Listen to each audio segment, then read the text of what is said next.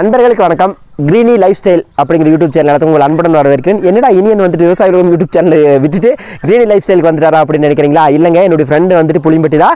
அவங்க ஒரு YouTube channel ஆரம்பிச்சிருக்காங்க. சரி, உங்களுடைய கோழி பண்ணை சம்மந்தமான ஒரு இன்டர்வியூ வீடியோ எடுக்கணும் அப்படின்னு சொன்னாங்க. அப்படின்னு கேட்டு தான் பார்த்தீங்கன்னா இன்றைக்கி வந்து Greene லைஃப்ஸ்டைல் அப்படிங்கிற யூடியூப் சேனலில் வந்துட்டு நம்ம வந்திருக்கிறோம். இன்றைக்கி வந்து பார்த்தீங்க அப்படின்னா என்னுடைய பெரியவடை கோழி வளர்ப்பு அனுபவங்கள், அதே மாதிரி வந்துட்டு ஒரு மினிமமான கோழிலிருந்து எப்படி நம்ம வருமானங்கள் அதிகமாக எடுக்கலாம் அப்படிங்கிற விஷயத்தெல்லாம் பார்க்க போகிறோங்க.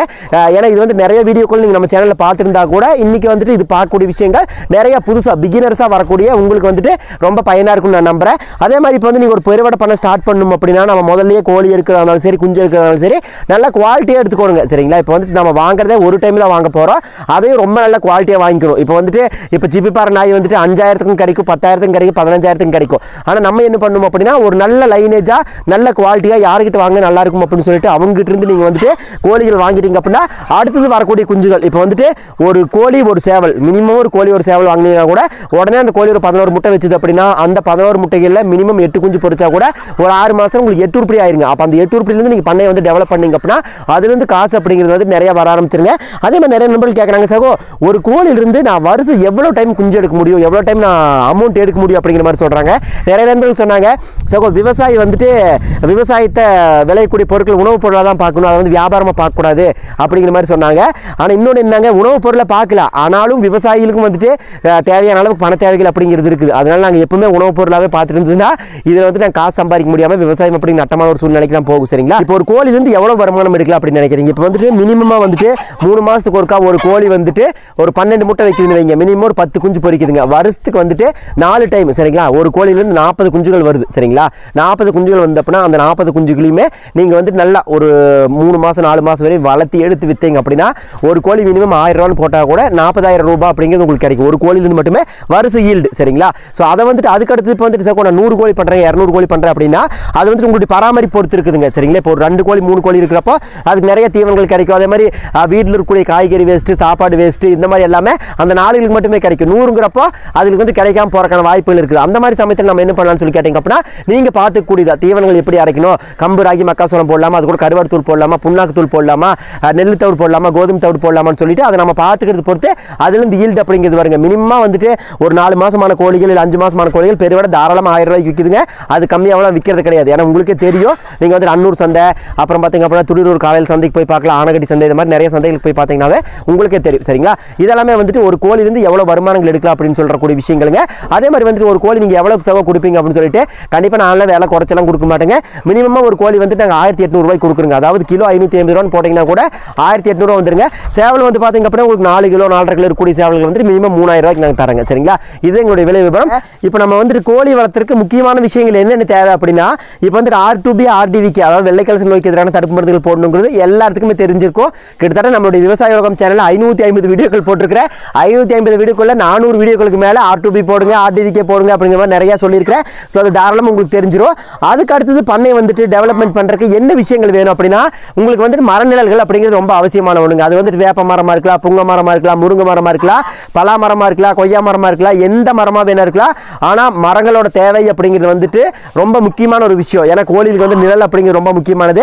அதே மாதிரி நீங்கள் நோட் பண்ணிங்கன்னா உங்களுக்கே தெரியும், இப்போ ஒரு வீட்டுக்கு கோழி கொண்டு போகிறீங்க அப்படின்னா நீங்கள் கோழிகள் அந்த வீட்டில் இறக்கி விட்டீங்க, அதாவது அடுப்பு சுற்றி இறக்கி விடுவாங்க, அடுப்பு சுற்றி இறக்கி விட்டீங்க அப்படின்னா அந்த கோழிகள் எங்கே இருக்குன்னு சொல்லி பார்த்தீங்க அப்படின்னா உங்கள் வீட்டோட குளிர்ச்சியான பகுதி எங்கே இருக்குதோ அங்கே தான் நீங்கள் அந்த கோழியை பார்க்க முடியும். அப்போ என்னென்னா இயற்கையாக வந்துட்டு கோழிகள் வந்துட்டு கொஞ்சம் குளிர்ச்சியான பகுதி விரும்பும். வெய்ய நேரம் ஆச்சு அப்படின்னா வந்து பேன் இப்படி வெய்ய காஞ்சிட்டு இருக்கும். சரிங்களா?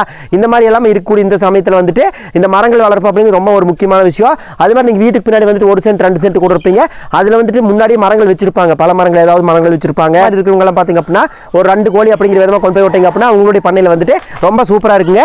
அதே மாதிரி இன்னொரு விஷயம் என்னன்னு சொல்லி கேட்டீங்க அப்படின்னா இந்த மாதிரி நிறைய மரங்கள் இருக்குங்காட்டிக்கு கெரடான் வராது, அதாவது கழுகு அப்புறம் வல்லூர் இந்த மாதிரியான விஷயங்கள் எல்லாமே வந்துட்டு பண்ணையில் பூந்து நம்மளுடைய கோழி குஞ்சுகளை சாப்பிட்டுரும் அப்படிங்கிற பிரச்சனைகள் வந்து நம்மளுக்கு இருக்காது. அதனால மரத்தோட தேவைகள் அப்படிங்கிறது ரொம்ப முக்கியமான ஒரு விஷயமா இருக்குது.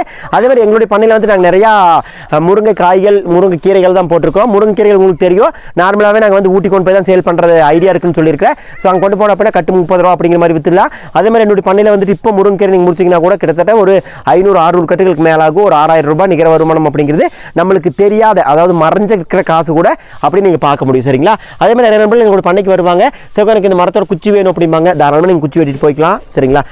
குச்சி வெட்டிட்டு போய் உங்களுடைய பண்ணையில் வந்துட்டு நீங்கள் வச்சு அதை வந்துட்டு மரமாக்கி அதை அதிலிருந்து கூட நீங்கள் வருமானம் எடுக்கலாம். சரிங்களா? நம்ம சொல்லக்கூடிய விஷயங்கள் எல்லாமே ஒரு நாளில் நடக்காது, ஒரு வருஷம் 2 வருஷம் அப்படிங்கிறப்ப கட்டாயமாக நடக்கும். அதே மாதிரி பார்த்தீங்க அப்படின்னா இதுதான் என்னுடைய கோழிகள் வளர்றதுக்கான குட்டியான ஒரு காடு. சரிங்களா? எதுக்காக நம்ம காடுகள்னு சொல்கிறோன்னு கேட்டிங்க அப்படின்னா கோழிகள் வந்துட்டு அந்த காலம் தொட்டே ரொம்ப மரமான பகுதியில் நிறைய மரங்கள் இருக்கக்கூடிய நிழலான பகுதியில் வாழ்ந்து அதுக்கு பழக்கப்பட்டது. அதனால வந்துட்டு நாங்கள் மழை வர்றதுக்கு முன்னாடி இந்த முருங்கை மரங்கள் வச்சோம். இன்னைக்கு எல்லாமே பார்த்தீங்க அப்படின்னா உங்களுக்கு ரொம்ப பெருசாயிருச்சு. இந்த கோழிகளோட காடு அப்படிங்கிறது பார்த்தீங்க அப்படின்னா உங்களுக்கு ரொம்ப சூப்பராயிருச்சு இல்லைங்களா? ஸோ இதுக்குள்ள வந்துட்டு நம்மளோட கோழியாக இருந்தாலும் சேவலாக இருந்தாலும் சரி, அதே மாதிரி முட்டை வைக்கிறது அப்படி ரொம்ப மரமான இடத்துல இருந்தது முட்டை வைக்கும், அதை நம்ம போய் எடுத்துக்கலாம். சரிங்களா? இது வந்துட்டு கோழியோட ஒரு குட்டி காடுன்னு வைக்கலாம். மரங்கள் வச்சிருக்கோம்னு சொல்லி கேட்டிங்க அப்படின்னா சவுண்டல் மரங்கள் வச்சிருக்கிறோங்க, முருங்கை மரங்கள் வச்சிருக்கிறோம். அது போக பார்த்தீங்க அப்படின்னா சின்ன சின்ன தென்னை மரங்கள் வச்சிருக்கிறோம். அது போக வந்துட்டு உள்ள சந்தன மரம் இருக்குது, செம்மரம் இருக்குது, கொய்யா மரம் இருக்குது, மாதுளை மரம் இருக்குது. இந்த மாதிரியான எல்லா விஷயங்களுமே உள்ள பண்ணி இருக்குங்க. சரிங்களா? ஸோ ஒரு சின்ன காடு மாதிரி இருக்குதுங்களா? இப்படி இருக்கிறப்ப நம்மளுக்கு தான் ரொம்ப நன்மை பாதிக்கும். சரிங்களா? கோழிகள் வந்து ரொம்ப நல்லா ஆரோக்கியமாக வளரும். அதே மாதிரி நைட் வந்துட்டு எதுகளுக்கு எங்கே உட்காரணும்னு தோணுது அங்கே உட்காந்துக்கும். சரிங்களா? பண்ணக்குள்ள வந்து நம்மளோட சிப்பிப்பாறை நாய்கள் காவல் இருக்கிறங்காட்டிக்கு அதுக்கு எந்த பிரச்சனையுமே கிடையாதுங்க. சரிங்களா? ரொம்ப நல்ல சூப்பராக இருக்குது. இதனுடைய குட்டி காடுன்னு கூட சேவலோட ஒற்றுமைகள் அப்படிங்கிற விஷயத்தை பற்றி நம்ம நிறைய டைம் சொல்லியிருக்கிறோம். இப்போ பார்த்தீங்கன்னா உங்களுக்கே தெரியும், கிட்டத்தட்ட 3-4 சேவலுக்கு மேலே ஒன்றா தின்ட்டு இருக்குதுங்க. அதாவது வந்துட்டு இதில் ஒன்று மேகோலிங்கிறது வந்துட்டு பெரிய சேவல் வந்துட்டு எப்பவுமே சின்ன சேவல்கள் மிரட்டும், சின்ன சேவல்கள் பயந்து போடும். சரிங்களா? இப்போ நம்மளும் வந்துட்டோம். அதே மாதிரி பெரிய சேவல் பார்த்தீங்க அப்படின்னா சின்ன சேவல்கள் எல்லாமே மிரட்டி விட்டங்காட்டிக்கு ஸோ அந்த சேவல் ஒற்றுமை அப்படிங்கிறது வந்துட்டு அது நல்லாவே இருக்குங்க. சரிங்களா? ஒன்று துரத்துச்சு அப்படின்னா ஒன்று பயந்து போகணும், அதுதான் உலக நீதி. அதை தாண்டி வந்துட்டு அது சண்டை பிடிக்க போச்சு அப்படின்னா ரெண்டில் ஏதாவது ஒன்று சாகிறதுக்கான வாய்ப்புகள் ரொம்ப ஜாஸ்தியாக இருக்குது. அதனால் முடிஞ்ச அளவுக்கு சேவல் ஒரு பெரிய சேவல் இருக்கப்போ வாங்கிட்டு வரீங்க அப்படின்னா பட்டா குஞ்சா தான் வாங்கிட்டு வரணும். ஒரு வருஷமான சேவல்கள் வாங்கிட்டு வந்தீங்க அப்படின்னா மட்டும்தான் உங்களுக்கு வந்துட்டு அந்த சேவலுக்காண்டு பயந்து போங்க. இல்லை நம்ம பெரிய சேவலை வாங்கிட்டு வரோம், நான் இதுக்கு ஈக்குவலாக வாங்கிட்டு வரேன், 3.5 கிலோ வாங்கிட்டு வரேன் அப்படிங்கிற மாதிரியான விஷயங்கள் நீங்கள் பண்ணீங்க அப்படின்னா உங்களுடைய சேவல்கள் அப்படிங்கிற வந்து சாகிறதுக்கான வாய்ப்புகள் ரொம்ப ஜாஸ்தியாக இருக்குதுங்க. அதே மாதிரி வந்துட்டு மரமான இடங்கள் அப்படிங்கிறது நிறையா வேணும். சரிங்களா? கொஞ்சம் கொஞ்சம் இடங்கள் இல்லைங்க, மரமான இடங்கள்ங்கிறது நிறையா வேணும். ஏன்னு கேட்டிங்க அப்படின்னா இப்போ பெரிய சேவல் வந்துட்டு ஒரு 2 கோழி வந்துட்டு மேட் பண்ணுது அப்படின்னா சின்ன சேவல்கள் வந்துட்டு அந்த பெரிய சேவலுக்கு தெரியாத இடமா, அதாவது மரமாக இருந்துச்சுன்னா அங்கே மேட் பண்ணுறப்ப இந்த சேவல் போய் அது அடிக்காது. இதே மரம் இல்லாமல் ரொம்ப ஓப்பனாக இருந்துச்சுன்னு வைங்க, இது போய் அதை தடுத்து விட்டுரும். அந்த மாதிரி சமயத்துக்கு வந்து நம்மளுடைய முட்டைகள் வைக்கிற தன்மை பாதிப்படும். அப்படியே முட்டைகள் வச்சா கூட அது குஞ்சு பொறிக்கிறது அப்படிங்கிற விஷயங்கள் எல்லாமே ரொம்ப பாதிப்படையும். சரிங்களா? ஸோ அதனால் அந்த மாதிரி விஷயங்கள் எல்லாமே நீங்கள் பார்த்துக்கிட்டீங்க அப்படின்னா கட்டாயமாக நாட்டுக்கோழி பண்ணை அப்படிங்கிறது ஒரு நல்ல விஷயம் தான். சரிங்களா? R2B RDVK போட்டுக்கோங்க, நிழலுக்கு தகுந்தமான மரங்கள் எல்லாமே உற்பத்தி பண்ணிக்கோங்க. சரிங்களா? கண்டிப்பாக இன்றைக்கி வந்து பார்த்தீங்க அப்படின்னா Greene லைஃப் ஸ்டைல் அப்படிங்கிற யூடியூப் சேனலில் நான் சொன்ன தகவல் எல்லாமே உங்களுக்கு ரொம்ப பயனுள்ளதாக நம்புறேன். மேலும் Greene லைஃப் ஸ்டைல் அப்படிங்கிற யூடியூப் சேனல் உங்களுக்கு பிடிச்சது அப்படின்னா மறக்காம சப்ஸ்கிரைப் பண்ணிக்கோங்க. நன்றி, வணக்கம்.